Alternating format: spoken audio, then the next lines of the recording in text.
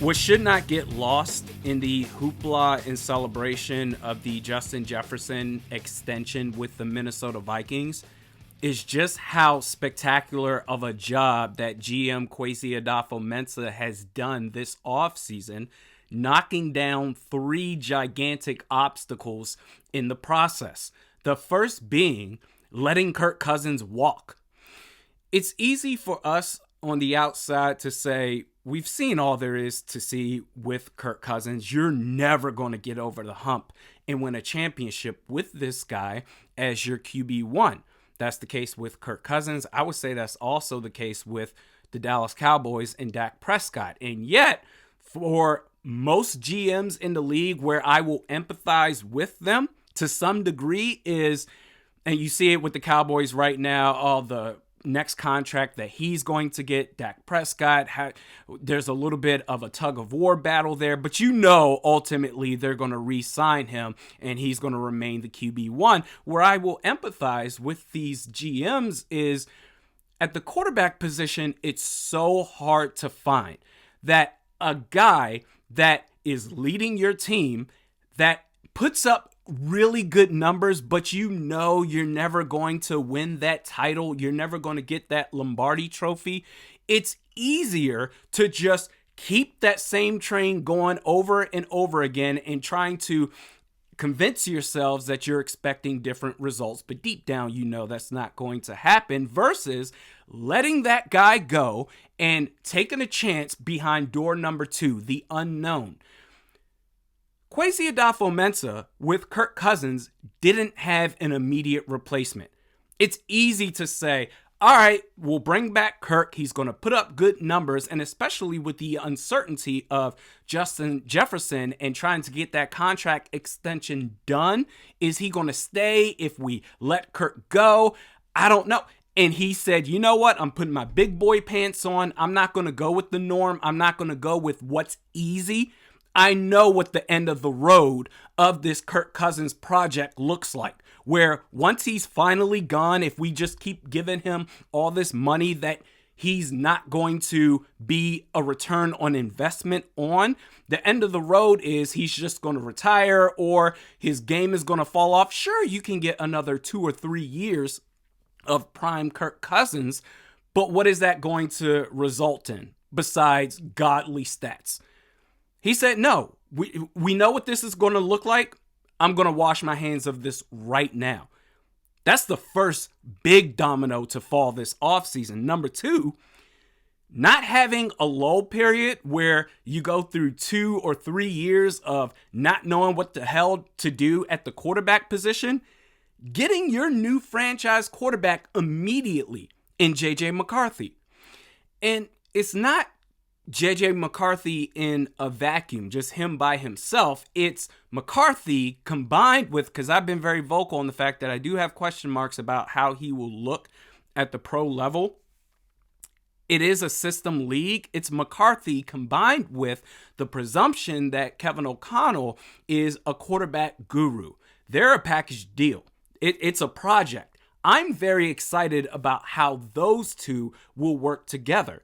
And again, you didn't have to wait for a year or 2 of being just at the bottom of the barrel where you don't have anything to look forward to.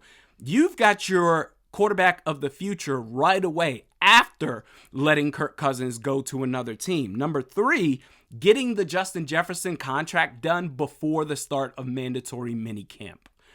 That's 3 big dilemmas that to tackle in one offseason is a lot. 2 out of 3, if you're lucky. All 3 that Kwesi absolutely smashed out of the park.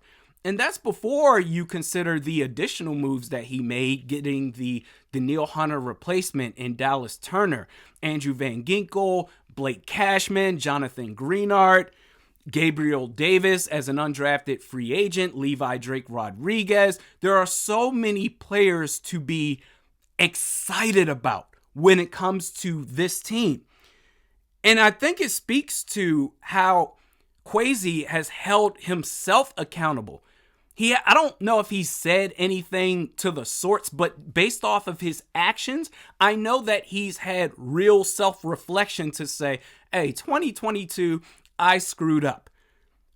23 last year, decent offseason, but in 24, the progression that he has had as a GM, GMs, general managers, and we saw it with Rick Spielman all the time. They have such inflated egos that when they mess up or they screw up, instead of saying, all right, I need to do things differently, 9 times out of 10, they double down on that process because they want to be right. Rick Spielman, let's get these offensive linemen and shuffle them outside of where they played best in college. Let's take a guy in Ezra Cleveland because we missed out on Trent Williams, played left tackle at Boise State. Let's go ahead and play him inside because I'm going to show you just how smart I am. Most GMs, they double down. Kwesi Adofo-Mensah said, no. Hey, and as an analytical guy as well, not to stereotype, but based off of me personally working with analytical individuals and seeing how analytical individuals in sports move on social media and how they talk about teams and progressions and processes, they're very stubborn. But Kwesi said, nah, I can't keep doing this. We got to get the results. Even if the results that didn't work out is because of me. I was the problem. Bro, the 2024 season or off season, I would say is the most important in this franchise's history. You have 4 more years to cash in on J.J. McCarthy's contract after the 24 season. I think the 24 season lays the groundwork. 2025 off season will be the second most important in this franchise's history. You're going to have 2 cornerstone players. Right now it's Justin Jefferson. Talking about money-wise, 2 cornerstone players. Right now, that's Jefferson. Next year, you're going to have to pay Christian Darrisaw. Having that first-round pick next year is clutch, bro, because you have so many options. Sure, you don't have a second-round pick and beyond, but you can trade down and acquire more picks. You're going to have to keep nailing those draft picks. Obviously, your scouting team is going to have to be on their P's and Q's. But you have options. You have flexibility, especially with outside free agent signings. According to Spotrac, the Vikings, they have around $63 million in cap available, 8th most in the league. That's before you account for the eventual Christian Darrisaw contract. But you look at these recent free agent signings, the way that it's structured, Blake Cashman, Jonathan Greenard, Andrew Van Ginkel, they're structured in a way for the Vikings to have quick outs if you don't want to restructure them when the bigger cap hits, when the larger cap hits count against the books. A year or 2 into those contracts, you can get out of them.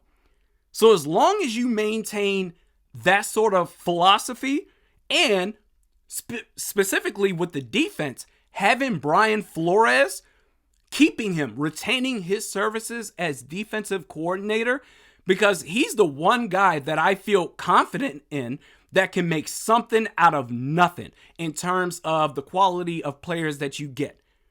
Maybe across the board on defense, we're not necessarily knocking anyone's socks off by name, but his coaching, you saw what he did last year.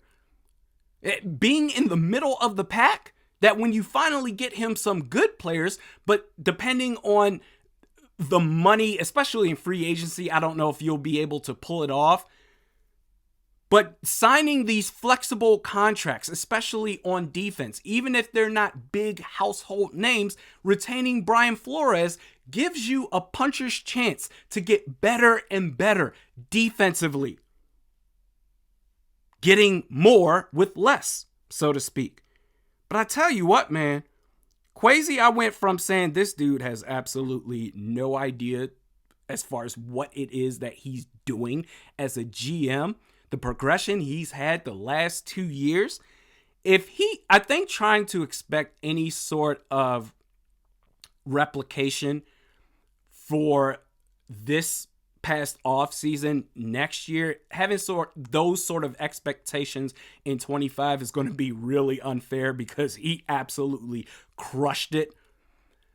But if he's anywhere close to where you can still see the vision, the building of this team, you got 4 years after next year to cash in on that JJ McCarthy contract.